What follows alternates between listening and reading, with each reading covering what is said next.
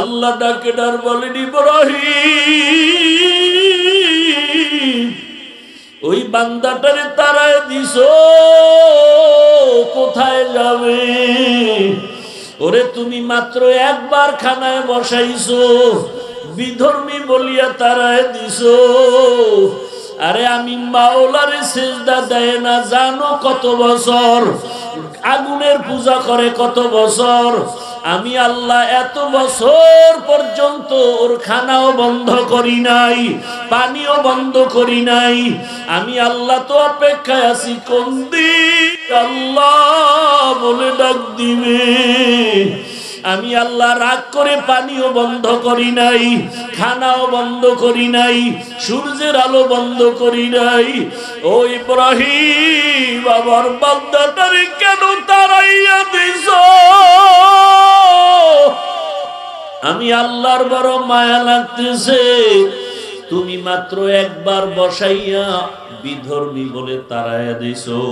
ইব্রাহিম নবী শোনা মাত্র একটা দৌড় দিলেন, আর ওই বান্দারে তালাশ করে খুঁজতে খুঁজতে গিয়া দেখে বান্দা এক জায়গায় বসে বসে চোখের পানি ছেড়ে কান্না করে।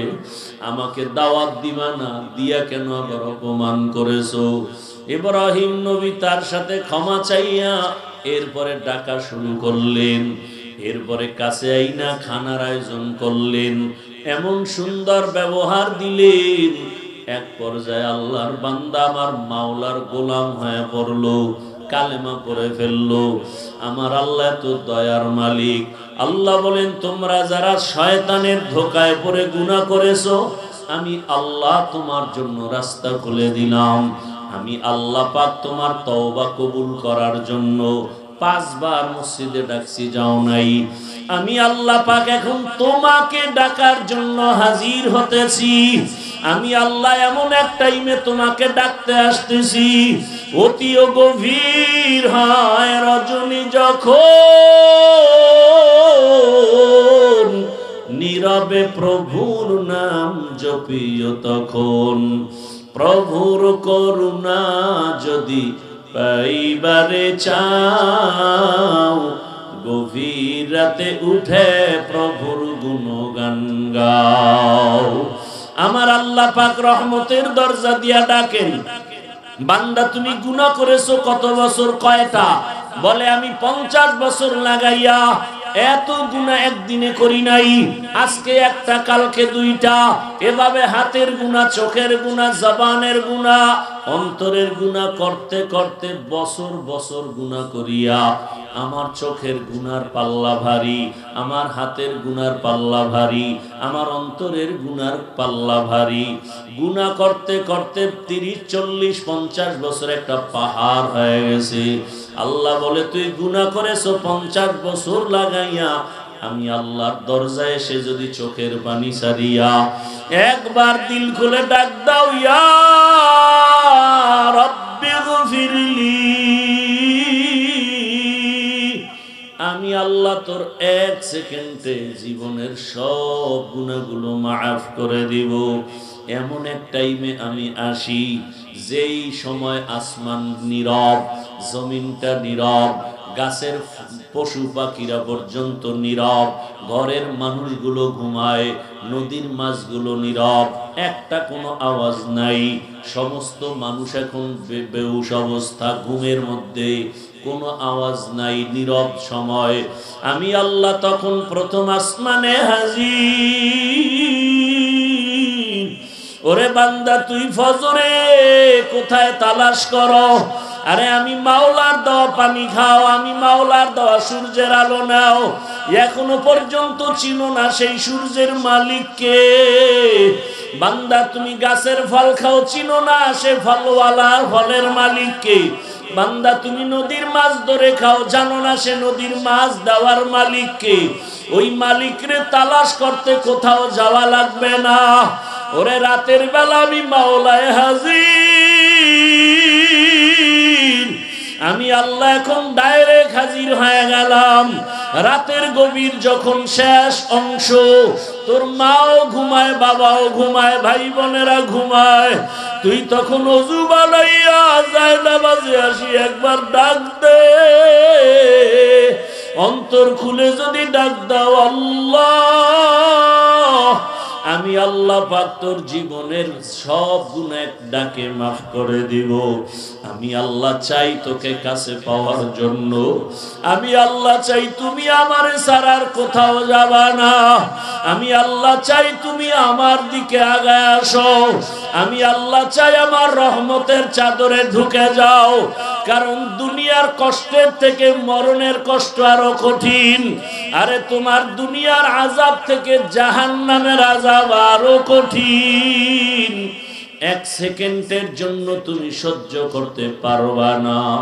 আমি আল্লাহ পাক ডাকতেছি, আলা মিন মুস্তাগফিরিন ফাআগফির আলাহ। গুনাহ যারা করছো ক্ষমা চাও। নবীজি বলেন একটা জুতার ফিতাও যদি ছিঁড়ে যায় আল্লাহর কাছে বলো। আমার আল্লাহর কাছে বললে আল্লাহ পাক খুশি হবেন। দুনিয়াওয়ালারা চাইলে বেজার হয়, আর আমার আল্লাহ না চাইলে বেজার হয়।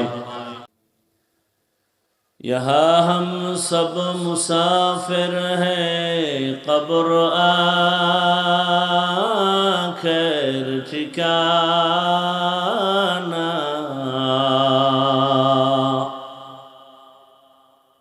यहाँ हम सब मुसाफिर हैं, कब्र आखिर ठिकाना। कोई आगे रवाना है, कोई पीछे रवाना। कोई आगे रवाना है, कोई पीछे रवाना। मोहम्मद ने आकर कुफर को मिटाया।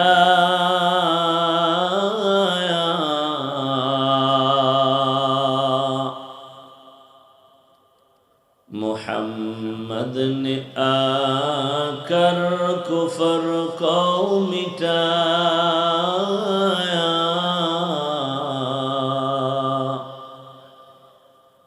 कुफर को मिटा कर सदाकत बताया। कुफर को मिटा कर सदाकत बताया। ला इलाहा इल्लल्लाह, ला इलाहा इल्लल्लाह, ला इलाहा इल्लल्लाह, ला इलाहा इल्लल्लाह, ला इलाहा इल्लल्लाह, ला इलाहा इल्लल्लाह, ला इलाहा इल्लल्लाह, ला इलाहा इल्लल्लाह, ला इलाहा इल्लल्लाह, ला इलाहा इल्लल्लाह, मुहम्मदुर রাসূলুল্লাহ।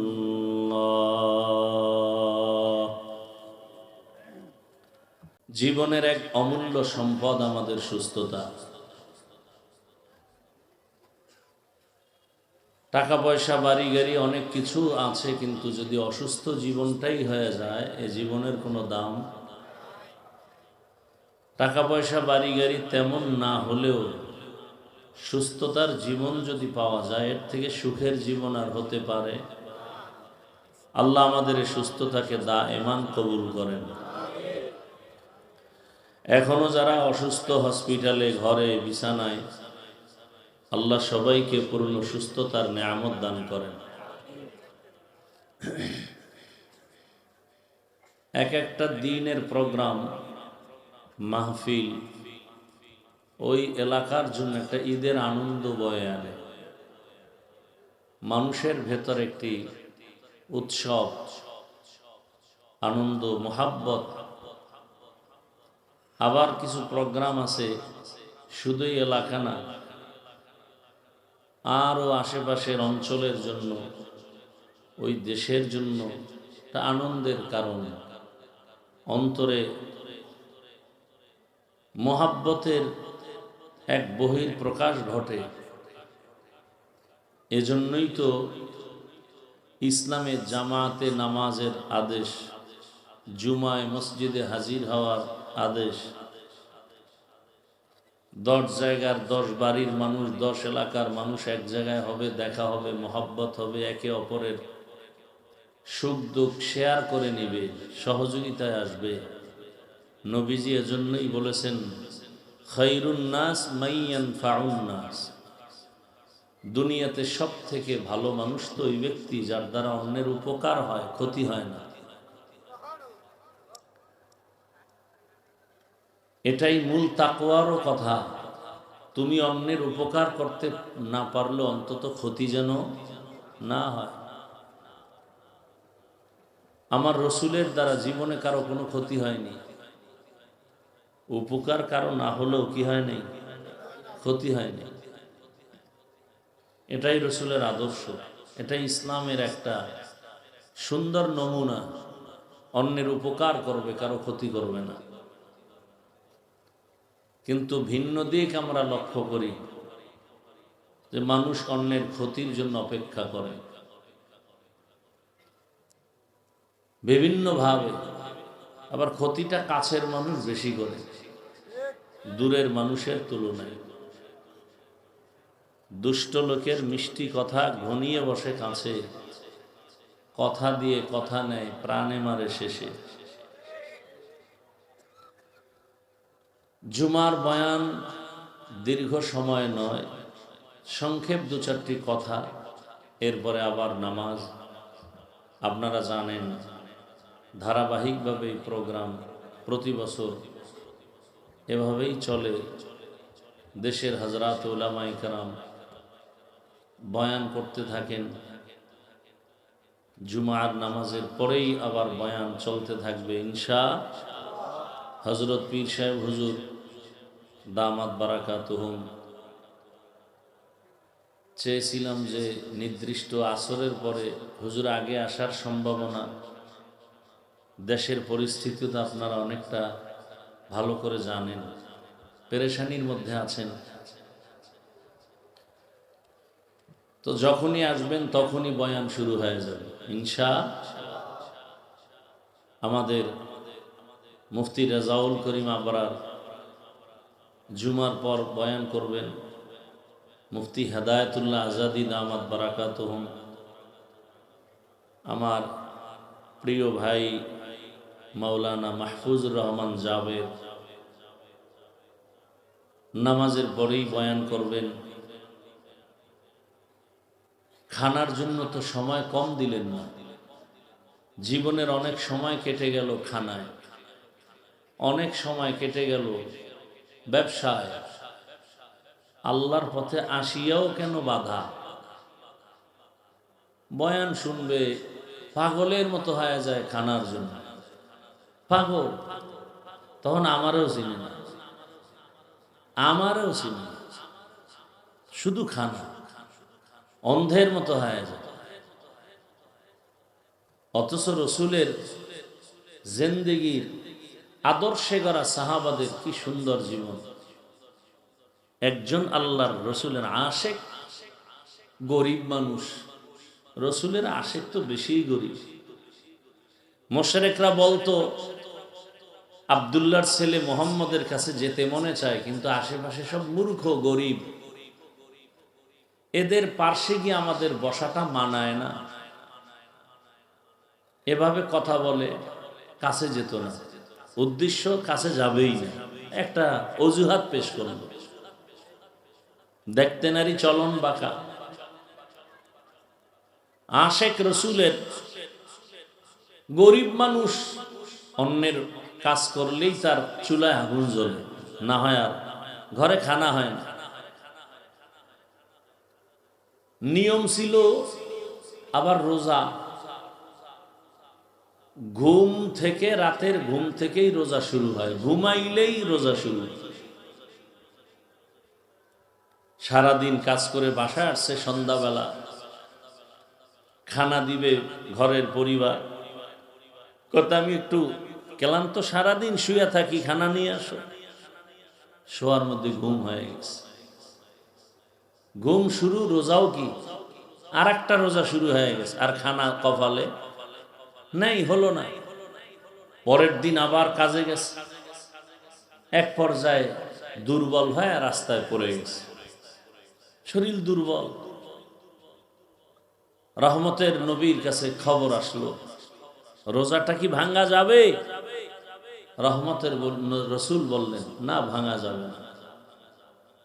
একটা রোজা যদি কেউ ভেঙ্গে ফেলে, ফরজ রোজা, আর আজীবন যদি রোজা রাখে, যেই সময় রাখার দরকার ওই সময়ের রোজার বরকত, আল্লাহর পক্ষ থেকে যা পাওয়ার সেটা পাবে না। কত কষ্ট করেও দিনকে তারা আঁকড়ে ধরেছেন। আর আমাদের তো এরকম কোনো আফসুস নাই যে আমরা পাবো না। কি পরিমাণ খানা আমরা খাই, 3 বেলার শুধু নামে মাত্র খানা, অল টাইম তো চলে। এই চা, এই পান, যাদের বিড়ির অভ্যাস তারা বিড়ি চলতেই থাকে। বসিয়াও থাকলে খায়, হাঁটলেও খায়, শুয়া শুয়াও খায়, গরুর মতো হাঁটে আর চাটে। আর সাহাবায়ে কেরামদের ইতিহাস কেমন, আমি আমারটাও মাঝে মাঝে বলি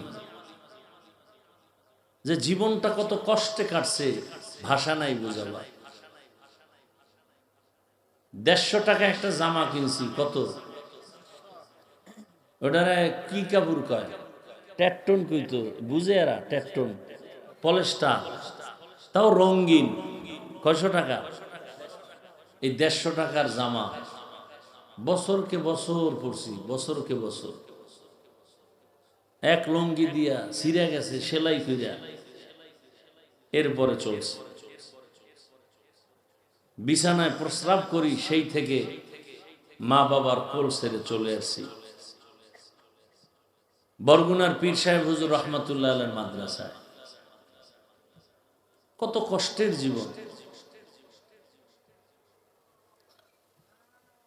সিঁড়ি দিয়া দোতলায় হাত দিয়া ধরে ধরে উঠতাম, দাঁড়ায় উঠা যেত না। তো বুঝেন যে কত ছোট। 2 বেলা খানা দিত মাদ্রাসায়, এই মাপা ভাত 10টার সময় আর আসরের পরে। এটারে ভাগ করে 4 বার খাইতাম। তরকারি কি? মাদ্রাসা থেকে পাতলা ডাউল, আর বাড়ির থেকে আমার মা শুকনা মরিচ গুঁড়া কইরা প্লাস্টিকের ডিব্বায় দিতেন, আর বাবায় 1 কেজি আলু দিতেন, আধা কেজি দিতেন। এটা নিয়ে 2 মাস খাওয়া লাগবে। আলু কেটে কেটে নাম লিখে ভাতের মধ্যে সিদ্ধ দিতাম। মাঝে মাঝে ভাত হয়ে গেছে, ঢালছে, আরো ছাত্রদের আলু, নাম দেখে দেখে নিতাম। মাঝে মাঝে গিয়া দেখতাম আলুর উপরের ছোলা নাই, নামও নাই। আজকের কপাল থেকে আলু গেছি। এইভাবে কষ্ট করে করে আল্লাহ এ পর্যন্ত নিয়ে আসছেন। আল্লাহ অনেক দয়া করেছেন, অনেক কিছু দিছেন। আজ এক লুঙ্গি পরি, ওটা আর কালকে পরি না। একটা জামা আজকে পরি, কালকে পরি না। সব রবের করুণা। কি শুকর আদায় করুন। উজানির কারি মনজুর রহমতুল্লাহ আলাইহি বারবার তার মোনাজাতের মধ্যে আমার হাত লাগায়া বলতো, আল্লাহ ওকে দিয়ে একটা মাদ্রাসা, দাওরা হাদিস মাদ্রাসা আমি দেখে যেতে চাই। মাদ্রাসা হয়েছে, আল্লাহর ওলি আর দুনিয়ায় নেই, দেখে যেতে পারলেন না। একদিন এগুলো সব থেকে যাবে, আমিও থাকবো না। কথা ঠিক না? কিন্তু যেতে তো হবেই। হিসাব 2টা, সাথে কি নিয়ে যাব আর দুনিয়াতে কি রেখে যাব। হিসাব 2টা। কি নিয়ে যাব, কি রেখে যাব? আপনি কি রেখে যাচ্ছেন? যাতে তো হবেই, কি মরা লাগবে না? কি নিয়ে যাবেন? ওখানে তো কিছু নিতে হবে, নাইলে উপায় নেই। বিদেশ যাবেন, পাসপোর্ট লাগবে না? কথা বলেন না কেন? ভিসা লাগবে না? না হয় ইমিগ্রেশনে আটকায় দিবে। কাপড় নাই, জামা নাই, কোনো টেনশন নাই, কিন্তু আসল কি? ভিসা, পাসপোর্ট লাগবে। তা আমরা যে পরপারের জীবনে পাড়ি জমাবো, কি নিয়ে যাব? পরকালের জীবনের একমাত্র পাসপোর্ট থাকবে তোমার ঈমানের পাসপোর্ট। এই পাসপোর্ট দিয়ে তুমি আল্লাহর মুহাব্বতের ঘরে ঢুকবা, নজরে আসবা, কিন্তু আমলের ভিসা না থাকলে পীড়া শুরু। আমলের ভিসা বড় কঠিন। আমলের ভিসা যদি থাকে, আবার কিছু পাসপোর্ট আছে খুব হার্ড, বড় দামি। বান্দাই দামি পাসপোর্ট নিয়ে যদি যেতে চাও, তাহলে ঈমান আমলের সাথে ইখলাসকে যোগায় দাও। দুনিয়াতে এমন কিছু জমা রাখবা যেটা পরকালে পাবে। আল্লাহ পাক রব্বুল আলামিন বলেন, আমি বড় আদর করে মানুষ বানাইছি। আমার বানানো মানুষ বড় আদরের। বিশাল বড় 7টা আসমান 7টা জমিন আমি তৈরি করতে 6 দিন লাগছে,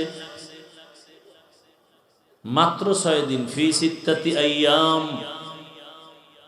অথচ আমার মোহাব্বতের মানুষ এক ফোঁটা পানির থেকে মায়ের গর্ভে বানাইতে আমি আল্লাহ 6 দিনে পারি নাই, 10 দিনেও পারি নাই। আমি আল্লাহ এটাকে ফেরেশতা দিয়ে আমার কুদরতের দ্বারা মায়ের গর্ভে প্রায় 6 মাস লাগায় বান্দাকে স্ট্রাকচার বানায় রূহ দান করেছে। এত বিশাল আসমান আর জমিন, এটা বানাইতে মাত্র 6 দিন। তোমার মতো একটা ক্ষুদ্রতম বান্দা বানাইতে আমার এত সময় লাগলো কেন? এর একমাত্র কারণ, ভালোবাসার জিনিস বানাইতে বড় সময়ের ব্যাপার। আল্লাহ বলেন, আমি তোমাকে বড় আদর করে বানাইছি, বড় নরম করে বানাইছি। অখুলিকাল ইনসানু যায়ীফা। আমি মানুষ বড় দুর্বল করে বানাইলাম, এবং এই মানুষের জীবনে চলার জন্য যা প্রয়োজন সব আমি ব্যবস্থা করেছি। তোমার পানির প্রয়োজন, আলোর প্রয়োজন, ঘুমের প্রয়োজন, রাতের ব্যবস্থা করলাম। যত তোমার সুন্দর জীবন পরিচালনার জন্য যত খানার প্রয়োজন সব করলাম। আমি আল্লাহ বিশাল বড় আসমান তোমার জন্য বানাইলাম, বিশাল বড় জমিনটা তোমার গোলাম বানায় দিলাম। সমুদ্রের হাজারো ধরনের মাছ তোমার জন্য, রাতের চাঁদের আলো তোমার জন্য, জমিনের ফসল তোমার জন্য, গাছের ফল তোমার জন্য। আমি বড় মোহাব্বত করি তোমাকে। আমি আল্লাহ সব কিছু তোমারে দিয়া তোমার থেকে কিছু চাই নাই। আমি আল্লাহ তোমার কল্যাণের জন্য আমি বলেছি, তুমি আমার ইবাদতে জীবনটা কাটায় দাও, 5 বেলার নামাজ আদায় করবা। আমি আল্লাহ আবার এই 5 বেলার নামাজ আদায়ের ক্ষেত্রে তোমাকে বুঝাবার জন্য, ডাকার জন্য নির্দিষ্ট লোক রাখছি। ফজরের নামাজে তোমাকে ডাকার জন্য মুয়াজ্জিন অপেক্ষায় থাকে। as-salatu খায়রুম মিনান নাওম। তুমি ফজরে আসো নাই, আমার দেওয়া রাতের আরামের সময় পেয়ে অন্ধকারে মজার ঘুম দিছো। আমি আল্লাহ বেজার না, আবার জোহরের নামাজে তোমারে ডাকছি, আসো। জোহরের নামাজেও তুমি দোকান পাটার নিজের চাকরি বাকরির ব্যস্ততায় আসো নাই। আমি আল্লাহ বেজার না, আবার আসরের নামাজে ডাকার ব্যবস্থা করেছি। বান্দা তুমি ব্যস্ততার অজুহাত দেখাইয়া আমার ঘরে হাজিরা দাও নাই। আমি আল্লাহ বেজার না, আমি আবার তোমাকে মাগরিবে ডাকাইলাম, মাগরিবেও তুমি অনুপস্থিত। আমি আল্লাহ শেষ এশায় তোমারে ডাকলাম, আমার ডাকে তুমি সাড়া দাও নাই। আমি আল্লাহ রাগ না করিয়া এবার আমি আল্লাহ নিজে রেডি হয়ে গেছি, তোমাকে ডাকতে আমি আসবো। মুয়াজ্জিন ডাকছে, তুমি আসো নাই। উচিত ছিল তো আমি রাগ হয়ে যাব, কিন্তু না, আমি কেন রাগ করব? আমার তো আলাদা আর এক জায়গায় কোনো ছেলে নাই, মেয়ে নাই, আমার স্ত্রী নাই, আমি একা। আমি জিন বানাইছি, ফেরেশতা বানাইছি, তবে এরা আমার আদরের না। আমি মানুষ বানাইছি বড় মায়া করিয়া। আমি চাই মানুষ যেন একবার আমারে আল্লাহ বলে ডাক দেয়, মানুষ যেন আসিয়া কপালটা মাটির মধ্যে লাগায় দেয়। বান্দা যখন কপালটা মাটির মধ্যে লাগায়, আমি মাটিতে লাগতে দেই না। আমি আল্লাহ কুদরতি পা আমার বান্দার কপালের নিচে ঢুকায় দেই। বান্দা তোর কপাল বড় দামি, তুই কপালটা মাটিতে ঠেকাবি আর আমি চুপ থাকবো না। তোর বডির মধ্যে কপাল বড় দামি, আমি আল্লাহ ওই কপালটাকে মাটিতে নাগার আগে আমি আল্লাহ তোর কপালের নিচে কুদরতের কদম লাগায় দেই। আমি আল্লাহ পাক বড় খুশি হয়ে যাই। দুনিয়াতে মানুষ সম্মান চাইতে গিয়া বলে সেজদা দাও, আল্লাহ বলেন আমি আল্লাহ এত কিছু তোমারে দিলাম, আমি চাই তুমি আমাকেই সেজদা দিবা। আমি আল্লাহ পাক অপেক্ষায় থাকি কখন আমাকে তুমি ডাক দিবা। আমি আল্লাহ পাক এত মোহাব্বত করে বানাইয়া আমি আল্লাহ পাক ডাকলাম, এরপরও যখন আসো নাই, আমি রাগ করি নাই, পানিও বন্ধ করি নাই, বাতাস বন্ধ করি নাই, বরং আমি আল্লাহ মায়া আর রহমতের দরজা দিয়া তোরে ডাক দিছি, আয়। কুল ইয়া ইবাদিয়াল্লাযীনা আসরাফু আলা আনফুসিহিম লা তাকনাতু মির রাহমাতিল্লাহ। আমার রহমতের দরজা খোলা। দুনিয়ার মানুষের দয়ার দরজা মাঝে মাঝে খুলে, মাঝে মাঝে বন্ধ করে দেয়। আর আমি আল্লাহ দরজা খুলে দিলাম, একটা সেকেন্ডের জন্য বন্ধ নাই। আমারে সমুদ্রে বয়ে যদি ডাক দাও আল্লাহ, আমি সেখানেও হাজির। আমাকে যদি গভীর রাতে ডাক দাও, সেখানেও আমি আল্লাহ হাজির। আমারে যদি কোনো বেঈমানেও ডাক দেয়, আমি সেখানেও হাজির। আরে ইব্রাহিম আলাইহিস সালাম মেহমান সারা খানা খায় না। মেহমান আসলে রিজিকে বরকত হয়, ঘরের মধ্যে রহমত বাড়িয়া যায়। ইব্রাহিম নবী মেহমান খুঁজে রাস্তায় দাঁড়ায়, যাকে পায় তাকে ডাইকা আনেন, মেহমান বসায় খানা খাবেন। একদিন মুসা ইব্রাহিম নবী মেহমান পায় না, অনেকক্ষণ অপেক্ষা। হঠাৎ করে দেখে একটা লোক আসতেছে। ওই লোকটাকে ডাক দিয়া কয়, ভাই খানা খেয়েছেন? বলে না। বলে চলেন আমার বাসায় আসেন। পয়গম্বর ইব্রাহিম ওই আল্লাহর বান্দাকে নিয়ে ঘরের মধ্যে বসাইলেন। খানা দেওয়ার আগ মুহূর্তে একটু পরিচয় নিলেন। পরিচয় নিয়ে জানতে পারলেন এই বান্দা অগ্নি পূজা করে, ইসলাম মানে না, আল্লাহর ধর্ম ইসলাম মানে না। ইব্রাহিম আলাইহিস সালাম বলে, তো আপনাকে তো খানা দেওয়া যায় না, আপনি তো আমার মুমিন ভাই হতে পারেন নাই, আপনি তো আমার আল্লাহর হুকুম মতো চলেন না, বরং আমার আল্লাহ যদি বেজার হয় এমন কাজ আপনি করেন, আগুনের পূজা করেন, গায়রুল্লাহর পূজা করেন, আপনাকে খানা দেওয়া যাবে না। লোকটাকে খানার থেকে উঠায় বিদায় দিল। আমার মাওলার রহমতের দরিয়ায় জোশ এসে গেল। আল্লাহ ওহী নাজিল করলেন, ওই লোকটা মনের কষ্ট নিয়ে যায়। আল্লাহ ডাকে ডার বলেন, ইব্রাহিম ওই বান্দাটারে তাড়ায় দিছো, কোথায় যাবে? ওরে তুমি মাত্র একবার খানায় বসাইছো, বিধর্মী বলিয়া তাড়ায় দিছো। আরে আমি মাওলারে সিজদা দেয় না জানো কত বছর, আগুনের পূজা করে কত বছর। আমি আল্লাহ এত বছর পর্যন্ত ওর খানাও বন্ধ করি নাই, পানিও বন্ধ করি নাই। আমি আল্লাহ তো অপেক্ষায় আছি কোন দিন আল্লাহ বলে ডাক দিবে। আমি আল্লাহ রাগ করে পানিও বন্ধ করি নাই, খানাও বন্ধ করি নাই, সূর্যের আলো বন্ধ করি নাই। ও ইব্রাহিম আমার বান্দাটারে কেন তাড়াইয়া দিছ? আমি আল্লাহর বড় মায়া লাগতেছে। তুমি মাত্র একবার বসাইয়া বিধর্মী বলে তাড়াইয়া দিছো। ইব্রাহিম নবী শোনা মাত্র একটা দৌড় দিলেন, আর ওই বান্দারে তালাশ করে খুঁজতে খুঁজতে গিয়া দেখে বান্দা এক জায়গায় বসে বসে চোখের পানি ছেড়ে কান্না করে। আমাকে দাওয়াত দিবা না, দিয়া কেন আবার অপমান করেছো? ইব্রাহিম নবী তার সাথে ক্ষমা চাইয়া এরপরে ডাকা শুরু করলেন। এরপরে কাছে আইনা খানার আয়োজন করলেন, এমন সুন্দর ব্যবহার দিলেন। এক পর্যায়ে আল্লাহর বান্দা আমার মাওলার গোলাম হয়ে পড়লো, কালেমা পড়ে ফেললো। আমার আল্লাহ তো দয়ার মালিক। আল্লাহ বলেন তোমরা যারা শয়তানের ধোকায় পড়ে গুনাহ করেছো, আমি আল্লাহ তোমার জন্য রাস্তা খুলে দিলাম। আমি আল্লাহ পাক তোমার তওবা কবুল করার জন্য 5 বার মসজিদে ডাকছি, যাও নাই। আমি আল্লাহ পাক এখন তোমাকে ডাকার জন্য হাজির হতেছি। আমি আল্লাহ এমন এক টাইমে তোমাকে ডাকতে আসতেছি, অতিও গভীর হয় রজনী যখন,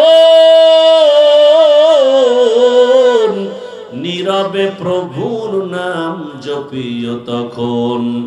প্রভুর করুণা যদি পাইবারে চাও, গভীর রাতে উঠে প্রভুর গুণগান গাও। আমার আল্লাহ পাক রহমতের দরজা দিয়া ডাকেন, বান্দা তুমি গুনাহ করেছো কত বছর? কয়টা? বলে আমি 50 বছর লাগাইয়া এত গুনাহ একদিনে করি নাই। আজকে একটা, কালকে 2টা, এভাবে হাতের গুনাহ, চোখের গুনাহ, জবানের গুনাহ, অন্তরের গুনাহ করতে করতে বছর বছর গুনাহ করিয়া আমার চোখের গুনার পাল্লা ভারী, আমার হাতের গুনার পাল্লা ভারী, আমার অন্তরের গুনার পাল্লা ভারী। গুনাহ করতে করতে 30, 40, 50 বছর একটা পাহাড় হয়ে গেছে। আল্লাহ বলে তুই গুনাহ করেছো 50 বছর লাগাইয়া, আমি আল্লাহর দরজায় এসে যদি চোখের পানি ছাড়িয়া একবার দিল খুলে ডাক দাও, ইয়া রাব্বি গফিরলি, আমি আল্লাহ তোর 1 সেকেন্ডে জীবনের সব গুনাহগুলো মাফ করে দিব। এমন এক টাইমে আমি আসি যেই সময় আসমান নীরব, জমিনটা নীরব, গাছের পশু পাখিরা পর্যন্ত নীরব, ঘরের মানুষগুলো ঘুমায়, নদীর মাছগুলো নীরব, একটা কোনো আওয়াজ নাই। সমস্ত মানুষ এখন বেহুশ অবস্থা, ঘুমের মধ্যে, কোনো আওয়াজ নাই, নীরব সময়। আমি আল্লাহ তখন প্রথম আসমানে হাজির। ওরে বান্দা তুই ফজরে কোথায় তালাশ করো? আরে আমি মাওলার দেওয়া পানি খাও, আমি মাওলার দেওয়া সূর্যের আলো নাও। এখনো পর্যন্ত চিনো না সেই সূর্যের মালিককে। বান্দা তুমি গাছের ফল খাও, চিনো না সে ফলওয়ালা, ফলের মালিককে। বান্দা তুমি নদীর মাছ ধরে খাও, জানো না সে নদীর মাছ দেওয়ার মালিককে। ওই মালিকরে তালাশ করতে কোথাও যাওয়া লাগবে না। ওরে রাতের বেলা আমি মাওলায় হাজির। আমি আল্লাহ এখন ডাইরেক্ট হাজির হয়ে গেলাম। রাতের গভীর যখন শেষ অংশ, তোর মাও ঘুমায়, বাবাও ঘুমায়, ভাই বোনেরা ঘুমায়, তুই তখন ওযু বানাইয়া যায় নামাজে আসি একবার ডাক দে। অন্তর খুলে যদি ডাক দাও, আল্লাহ আমি আল্লাহ পাক তোর জীবনের সব গুনাহ ডাকে মাফ করে দিব। আমি আল্লাহ চাই তোকে কাছে পাওয়ার জন্য। আমি আল্লাহ চাই তুমি আমারে ছাড়ার কোথাও যাবা না। আমি আল্লাহ চাই তুমি আমার দিকে আগায় আসো। আমি আল্লাহ চাই আমার রহমতের চাদরে ঢুকে যাও। কারণ দুনিয়ার কষ্টের থেকে মরণের কষ্ট আরো কঠিন। আরে তোমার দুনিয়ার আযাব থেকে জাহান্নামের আযাব আরো কঠিন। এক সেকেন্ডের জন্য তুমি সহ্য করতে পারবা না। আমি আল্লাহ পাক ডাকতেছি, আলা মিন মুস্তাগফিরিন ফাআগফির আলাহ। গুনাহ যারা করছো ক্ষমা চাও। নবীজি বলেন একটা জুতার ফিতাও যদি ছিঁড়ে যায় আল্লাহর কাছে বলো। আমার আল্লাহর কাছে বললে আল্লাহ পাক খুশি হবেন। দুনিয়াওয়ালারা চাইলে বেজার হয়, আর আমার আল্লাহ না চাইলে বেজার হয়। দুনিয়াওয়ালারা চাইলে বেজার কেন? দুনিয়াওয়ালাদের অভাব আছে। আল্লাহ না চাইলে বেজার কেন? আল্লাহর কোনো অভাব নাই। আল্লাহ তাআলা বলেন, বান্দা আমি চাই তুমি আমার কাছে আগাও। আগাইতে গিয়া তুমি দুর্বল আমি জানি, তোমার ঈমান দুর্বল তাও জানি, তোমার আমল দুর্বল তাও জানি। এ কারণে আমি আল্লাহ পাক তুমি যখন 1 বিঘা আগায় যাও আমার রহমত তোমার দিকে 1 হাত আগায় যায়। তুমি যখন 1 হাত আগায় যাও আমার রহমত তোমার দিকে 2 হাত আগায়। তুমি যখন হেঁটে হেঁটে আগাও আমি আল্লাহর রহমত তোমার দিকে দ্রুত গতিতে দৌড়াইতে থাকে। আমি আল্লাহ পাক চাই তুমি আমার দিকে আসো। আমি আল্লাহ চাই না তুমি আমার রহমতের দরজা বাদ দিয়া দুনিয়ার অন্য কোন দরওয়াজায় যাইবা। আমি আল্লাহ চাই তুমি আমার মহব্বতের দরজায় আসো। গুনাহ করিয়া ক্ষমা চাও। রহমতের নবীও রাত সারা রাত আল্লাহর মহব্বতে কান্না করে ইবাদতে কাটাইতেন। আবু বকরের কান্না সারা রাত, ওমরে ফারুকের কান্না সারা রাত। এরে আল্লাহর বান্দারা, 2 ফোঁটা চোখের পানি যদি ফেলতে পারি এই পানি বৃথা যাবে না। আল্লাহ পাক কিয়ামতের দিন এই পানিটা কাজে লাগাইয়া জাহান্নামের আগুনকে নিভায়ে দিবেন। অন্যান্য মাহফিলে যায় কত মানুষ মার্কেটে ঘুরে সময় নষ্ট করে, কিন্তু এই মাহফিল আল্লাহর ওলিদের। এখানে যারা আসবেন এরা দুনিয়ামুখী মানুষকে বয়ান দেয় না। এখানে আসা মাত্রই যেন কেমন এক পরিবর্তন। আল্লাহর ওলিরা আসবেন, তাদের চেহারা দেখবো, বয়ান শুনবো। যদি একটা কুদরতের নজর আমার উপরে পড়ে যায় আমার জীবনের সব বন্ধ তালার দরজা খুলে যাবে। অতএব আল্লাহ যাদেরকে নিয়ে আসেন আল্লাহর কাছে তওবা করি। অন্তরে কোনো গুনার নিয়ত থাকলে অন্তরকে পরিচ্ছন্ন করি, আর মনে মনে বলি, হে মালিক এই বেহেশতের বাগানে আসি, খালি ফিরিয়া যেন না যাই। দুনিয়ার কোনো মোহাব্বত অন্তরে না থাকে, আপনার খাস ওলি উলামায়ে কেরামদের কথা শুনিয়া যেন যেতে পারি। আজকের জন্য আবু হুরায়রার মতো রেডি হয়ে যাও। পয়গম্বরের সাহাবী আবু হুরায়রা রাদিয়াল্লাহু তাআলা আনহু রহমতের নবীকে ছেড়ে কোথাও যায় না। কারণ রহমতের নবীরে দেখলে তো এমনিই কলিজা ঠান্ডা, পেটে কোনো ক্ষুধাও লাগে না। মাঝে মাঝে মানুষ হিসাবে ক্ষুধা, রহমতের নবীর একটা কথা মানি মুক্তার মতো। আমি আবু হুরায়রা যদি খানার মহব্বতে চলে যাই আমার থেকে একটা রসুলের কথা ছুটে যাবে। এই কারণে আবু হুরায়রা যায় না। ক্ষুধার পাগল পাড়া হইয়া রাস্তায় পড়ে আছে দুর্বল হইয়া, মানুষ পাড়ায় পাড়ায় যায়, বলে আবু হুরায়রার মনে হয় কোনো মির্গির ব্যারাম হয়েছে।